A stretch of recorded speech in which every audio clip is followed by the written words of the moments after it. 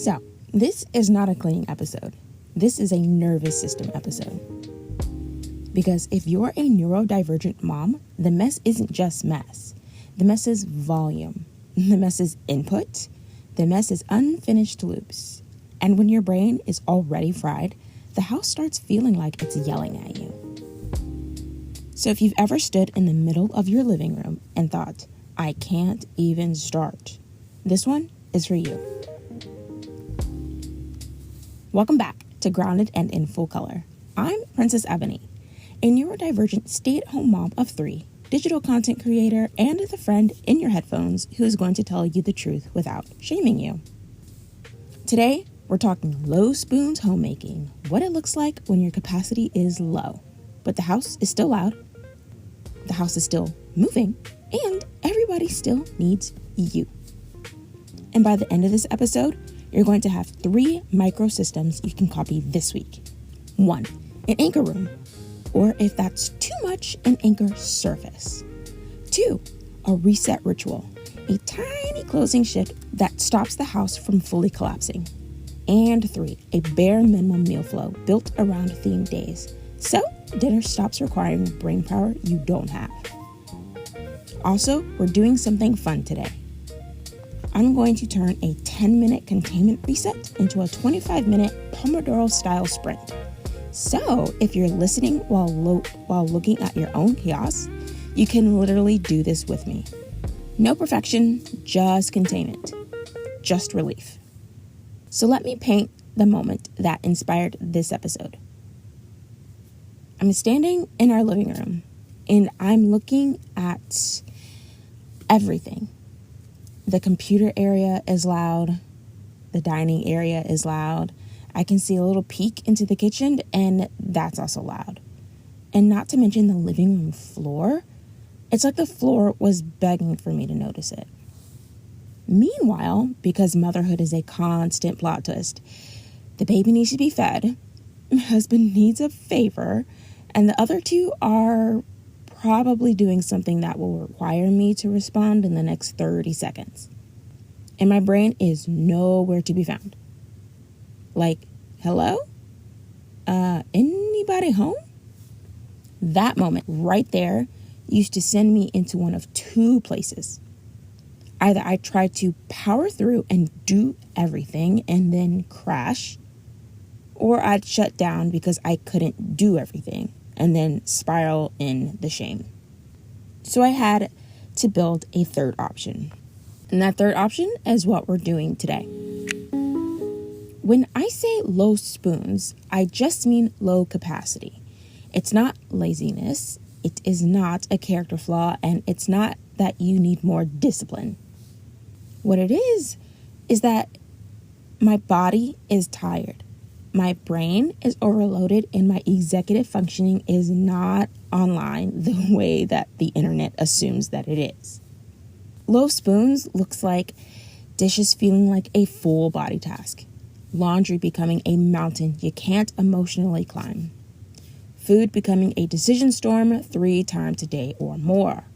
And that specific neurodivergent feeling of, I can't even see where to start. And here's a reframe that changed my whole life. Clean is not a standard. Clean is a function. Specifically, a systems, scheduling, routine function. Your home is not a moral report card. Your home is a support system. So we're not chasing perfect. We're building semi-sane. Most homemaking advice is built for a brain that has consistent energy, consistent focus, consistent motivation, and a sensory system that isn't already overstimulated. It assumes you'll do a 45-minute cleaning routine daily with a fresh playlist and a positive attitude. Meanwhile, some of us are out here touching wet food and wanting to leave our bodies. Some of us are out here with time blindness, interruption overload, and children using us like a jungle gym. So I stopped asking myself, how do I become a person who keeps a perfect home? And I started then to ask, how do I reduce friction so my house doesn't collapse? We don't need discipline.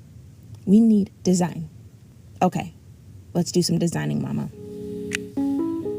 This is the part where, if you want, you can actually do this with me. This is roughly a 25-minute containment sprint. And the goal is not clean. The goal is make the house quieter to your nervous system. Here's what you're going to need. 1 trash bag, 1 laundry basket or hamper, and 1 container basket or 1 bin. Just 1. This is your catch-all container. It's not about sorting. It's not about organizing, although I do love a good organizing. It's about containment, because containment reduces overwhelm. Step 1, set a timer for 25 minutes. If you're driving or can't do it now, just listen. But if you are home, I want you to do this with me, or at least once this week. Now, Pomodoro rules, 25 minutes on, and then you rest. No collapsing forever. Just rest. Step 2, start with the loudest problem first. Ask yourself, what is making the house feel the loudest right now in this moment? Is it smell, like the trash or the sink? Visual clutter, piles, toys, random objects out of place, the floor, the kitchen, the laundry mountain? Just pick one category here. If you try to do everything, your brain will probably leave you again. So today, we're going to do the simplest thing that works. Trash, laundry, everything else into the container. Okay, for the first 5 minutes, we're going to do a trash sweep. Walk through the visible areas and grab trash. No thinking, no sorting, trash only. And if you have littles, this can be a game. Let's find the first 10 pieces of trash. Or, can you be my helper and put all wrappers into the bag? But even if they're not helping, or they're not even there with you, you can still do this, mama. Trash out makes the house feel instantly calmer. For the next 5 minutes after that, we're going to do a laundry sweep. Now, grab the laundry. Dirty laundry goes into 1 hamper. If you see random socks, like I often see my husband's, into the hamper. Towels, into the hamper. Baby clothes, into the hamper. No folding, no separating. I genuinely have an itch that makes this a challenge most days for me. But this is not a laundry day. This is a containment day. Now, for the remainder of 15 minutes of this 25-minute Pomodoro sprint, we are going to work on the container basket. Now, everything else that doesn't belong in the room goes into the container basket or bin. Toys, cups, random objects, mail, cards, little things that make your eyes feel itchy. This is the step where the nervous system relief starts happening. I really hope you can feel it. Because the room starts looking like it has fewer open loops. And again, you're not organizing. You're not deciding where everything goes. And you're not Marie Kondoing your whole life. You're just saying, not right now, in the container. And if you finish early, don't add new categories. Don't try to go full home edit here. I have to remind myself of this. Just do a quick sweep of the floor or clear one surface. But don't let your brain turn this into, now we deep clean. Now we are trying to audition for the home edit or a new Netflix cleaning show, although I really do enjoy those. No, we are building trust with ourselves, mama. And when that timer stops, we stop at the timer. Now on to the 5-minute break after that. When the 25 minutes ends, you take a break. Drink some water, shake out your shoulders, relax down, breathe. Step outside for 30 seconds or put your hands on your abdomen or your sacral center. And this is where I need you to hear me. You just did something that matters. Even if the house isn't clean, even if there's a lot still yet to be done, because your house is now quieter. and your nervous system just got proof that you can intervene without collapsing. And that's the whole point. Now let's talk about your anchor room system. But I'm going to start with what I actually do because I want this to be realistic. I don't have an anchor room currently myself. I have an anchor area. For me, it's literally half the surface of this big old dresser I have in my bedroom. That little space, when it's clear enough, it just does something magical to my brain. And it also has like this glass topper, so when sunlight hits it and reflects off of it, everything is just more than all right. It's like my mind stopped screaming long enough to say everything is just a little bit better, but that not everything is out of control.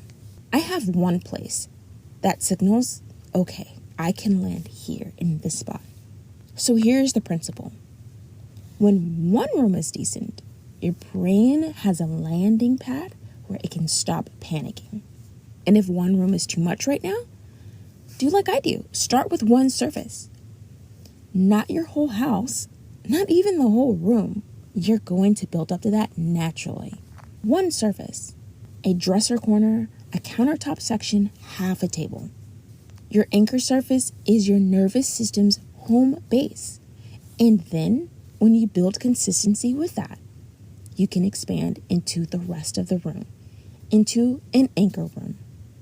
Because yes, anchor rooms are powerful. We actually have dreams of having like a whole meditation room, spiritual room, and this will definitely be our new anchor room when we upgrade. The anchor room is the room you keep good enough most days, so you don't feel like you're drowning everywhere else at once. Now here are some anchor room rules. Only 3 non-negotiables. 1, clear one surface. 2, all trash needs to be out. And 3, anything that you can consume, food, drink, otherwise, needs to also be out. That's it, just 3. Everything else can be imperfect for the time being. And if you can't do a full room yet, that's okay. Start with the big old dresser you have. Try that version. Or start with half a counter version. Or start with one corner version. And let that count. Now, when do you reset it? Not during a screen time when the children are preoccupied for a little bit, because you may get into a groove like I do, and then when they come in, that interruption overload spikes all over again. Instead, reset during a kid-led self-activity or a self-led kid activity, however you say that. During bath time fill-up, or in the 90 seconds to 2 minutes that you have in between any and everything else during your day. It's a quick sprint, it's a reset to give yourself a quick, tiny micro win. Now, I'm serious. These micro bursts matter. The micro wins matter. You're not waiting for a perfect block of time to appear. You're designing resets inside your real life here. Okay. Micro system number 2, the reset ritual. This is your closing shift, the thing that prevents the house from fully collapsing. And I'm going to give you 2 versions. Version A, the 2-minute reset, the survival reset. This is what you do when you have nothing. The trash sweep, dishes gathered, and 1 container basket for clutter. That's it, 2 minutes. It's not nothing, but you just have very little. And if you do that nightly, your house stops reaching emergency status. And I can tell you, when I get into a groove with this, and then I don't even remember to do it, and then it hits me that I have been doing it, I feel so powerful and so confident, like I can do this. Because from day to day, my inner self-talk can go from, I'm failing as a mom and I can't do this, to, oh my gosh, I'm doing this sustainably. And I didn't even have to work so hard to remember to do it. It's becoming integrated with my nervous system in a way that makes me shine, that helps me shine, that triggers me to be positive and confident. It's weird. Whatever the science is on that, I'm all for it. Now, version B, The 8-minute reset. This is for like tomorrow's setup. This is when you have a little more capacity and you want to help future you. Start a dishwasher or at least stack dishes neatly. Wipe one surface, just one, and set out tomorrow's first cue. Now, we don't do coffee in this house. However, some solar gazing and sun work is the world's best espresso, so we've got that covered. So we actually like to use first tomorrow's cues like snacks or grab and go breakfast ingredients for the kids if we're heading out early, smoothie prep for my husband, a pre-workout for someone, or just the one meal ingredients that make breakfast or lunch frictionless. This is my morning can be softer reset. And yes, my husband sets the mood in the morning with a family dancing playlist. We literally just jive with that sometimes. So part of the reset can literally be set up the vibe for tomorrow. Because sound matters, mood matters, and neurodivergent nervous systems do not thrive in abrupt chaos. Honestly, I don't think anyone does. Unless, of course, you do, then you have a superpower and you need to let me know, please. Now, here are some sensory-friendly hacks because I am not pretending here. Some low lighting. I love opening up the blinds or allowing natural lighting, and that's about it. Just crack them open just a little bit, but otherwise, all lights are off. Use one song or one playlist like we have with our family dancing. Gloves if you hate wet food. Seriously. And yes, shoes on. Seriously. I used to have this pair of shoes. I had been wearing them around the house since before I gave birth to our first child, and they became my momentum shoes. And they finally transitioned on me in December 2025. And I'm going to link the exact pair in the show notes because honestly, they carried me through an era. Shoes on tells your body, we're moving, we're functioning, we are not lying down. It's weird, but it works. Okay, I have to talk about dishes for a second because I need you to feel seen. I hate wet food. I hate floaty food, and I am particular about using the word hate. Oh, it makes me fly up out of my body. I hate the sensory experience of dishwater that looks like soup. And growing up, my parents used to get frustrated with me because I didn't want to scrape food into the trash with my bare hands. I didn't want to touch it. I didn't want to feel it. Oh, I did not want to smell it. And washing dishes used to be one of my most hated chores because the sink would be full of water, full of floaty food. Worse was on taco salad night. And I would literally procrastinate for so long just to avoid having to drain it. And what made it worse is that I grew up with a lot of siblings, love them all.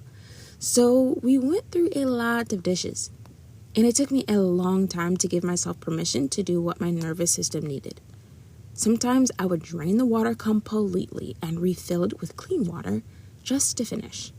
Because the sensory part was the barrier, not the task. So here's why I'm saying this. If you hate dishes, it might not be laziness. It might be sensory. And I have recently found, within the past 5 years of my life, a pair of gloves that have helped me. And I can also link those in the show notes for you too, if you want to check them out. And if you design for sensory, like these gloves or those shoes, scraping tools or running water instead of soaking or draining and refilling, you might suddenly be able to do the thing you thought you just couldn't do. You don't need more shame, mama. You may just need a better setup. Now, micro system number 3, the bare minimum meal flow, because we're going to do it your way, because you asked for themed days. So instead of trying to plan meals like a Pinterest mom, yes, I'm guilty, we use daily monikers, a theme for each day that reduces decisions. And remember, in our family, we typically only do breakfast, lunch, and dinner, not so much snacks. So this is the concept. Themed days meal flow, structure over recipes. Each day has a theme that helps you decide quickly. Like, Monday might be simple bowls day.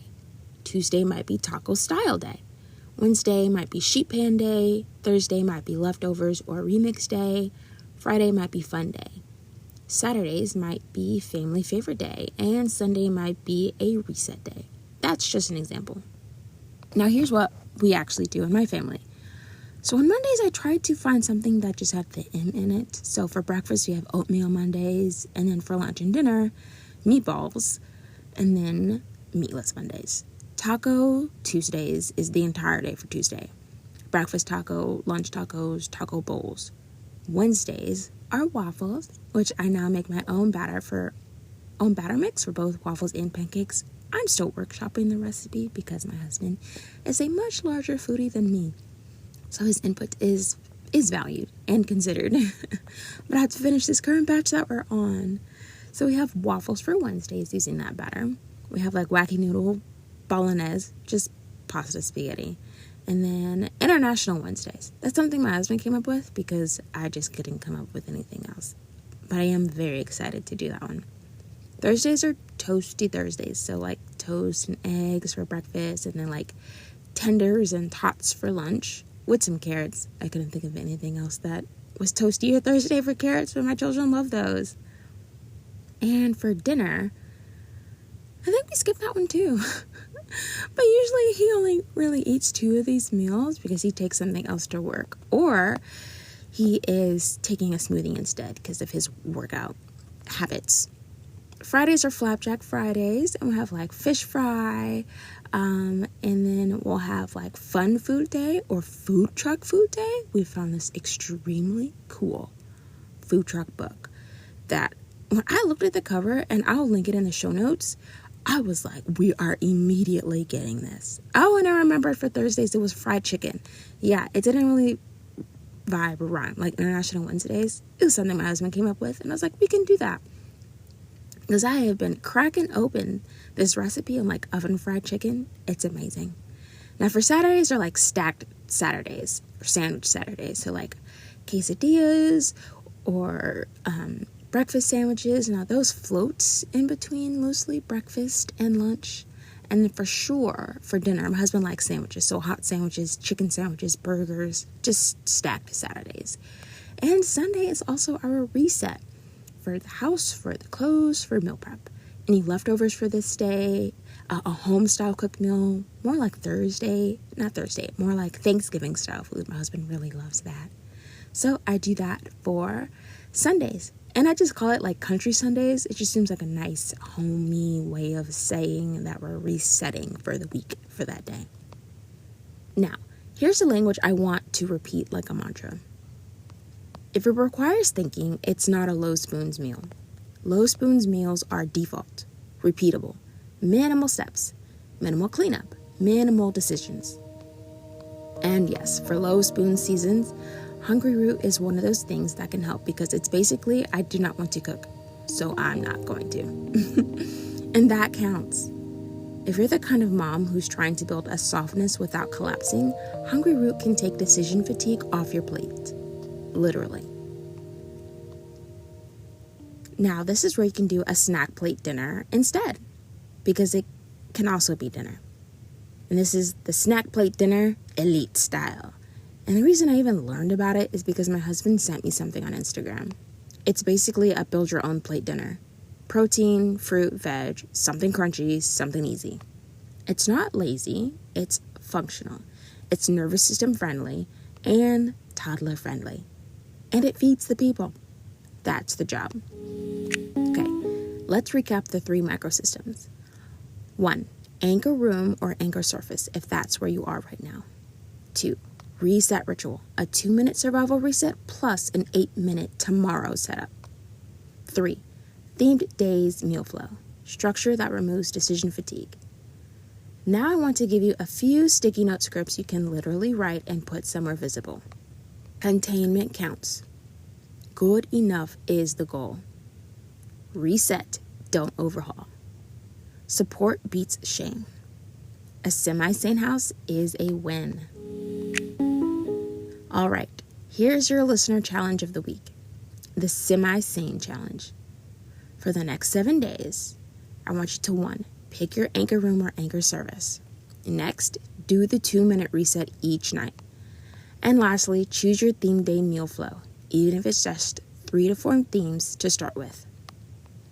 And if you want to make this fun and communal, message me the word anchor and tell me what's yours this week. Room or surface, I don't care. I just want you to start. Because when one space is decent, your brain has a landing pad to stop panicking. And I want that for you. If this episode helped you, here are 3 ways to stay connected. Follow the show so you never miss an episode. This is a studio for real life, not perfection. And the more we build these systems, the more your nervous system gets to exhale. Join the Glow Board Club if you want my exclusive behind-the-scenes content, templates, and tiny systems in a lightweight membership you can actually keep up with. And if you want personal support in real time, my 1-week voice note support and reflection sanctuary is still open. It's daily voice note support where I reflect what I'm hearing, name patterns, offer language for what's hard to describe, and help you build a nervous system friendly plan without having you to perform or fix yourself. Okay, closing question. What's your anchor this week? A room or a surface? Either way, choose one and let it be small, because you are not broken. You're under-supported, and support is something we can build, one micro system at a time. I love you, I am proud of you, and I'll talk to you in the next episode, Mama.